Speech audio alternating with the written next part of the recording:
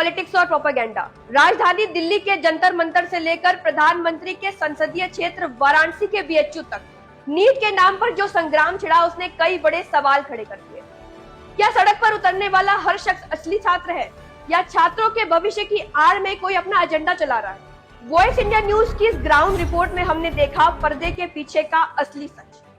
20 जुलाई को बीएचयू में जंतर मंतर प्रोटेस्ट के समर्थन में भीड़ जुटी।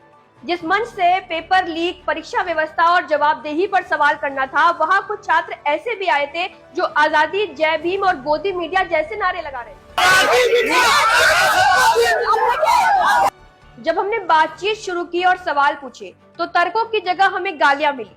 सरकार और सिस्टम के साथ साथ पत्रकार पर भी गालियों का प्रयोग किया गया। मेरा नाम आजाद भारत, आप यहाँ के रिपोर्टर है। So you should be asking the right people the right questions for their wrongdoing, not either. Okay, you should be. And last I want to say, fuck Modi, fuck the government, and fuck you. Video में दिख रहे शख्स ने ये भी कहा कि go to the right people. तो क्या ये सही इंसान नहीं है?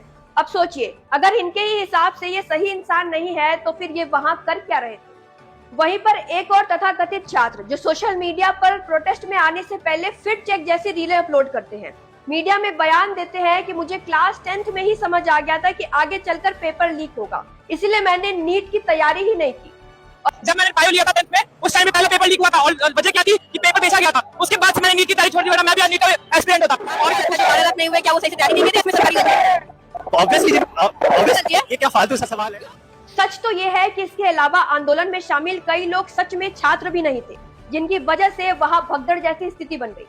जब उनसे पूछा गया कि क्या आपको पता है कि कितने छात्रों ने दोबारा परीक्षा दी, जिसका सही सरकारी आंकड़ा 20 से 22 लाख है, तो उनके पास कोई जवाब नहीं था। फिर क्या, अपनी जेब मिटाने के लिए उन्होंने सीधा नारा लगाना शुरू कर दिया, गोदी मीडिया। अब इसे दिल्ली के जंतर मंतर प्रोटेस्ट से जोड़िए। 20 जुलाई को वहां सीजेपी के नेतृत्व में हुए प्रदर्शन में कुछ ऐसा ही हुआ। असली मुद्दों को छोड़कर वहां बाकी सब हुआ। कहीं असामाजिक तत्वों ने पथराव किया तो पुलिस की आड़ में छिपे गैर वर्दी वाले गुंडों ने भी लाठियां बरसाई और शांतिपूर्ण प्रोटेस्ट की पूरी तस्वीर ही खराब कर दी। पर कहानी यहाँ खत्म नहीं होती। 21 जुलाई को बीएचयू में फिर प्रोटेस्ट हुआ। प्रशासन सख्त था, छात्रों की आईडी कार्ड चेक किए जा रहे थे। हमारे सवाल पूछे जाने पर फिर एक महिला ने हमें गोदी मीडिया का टैग दे दिया।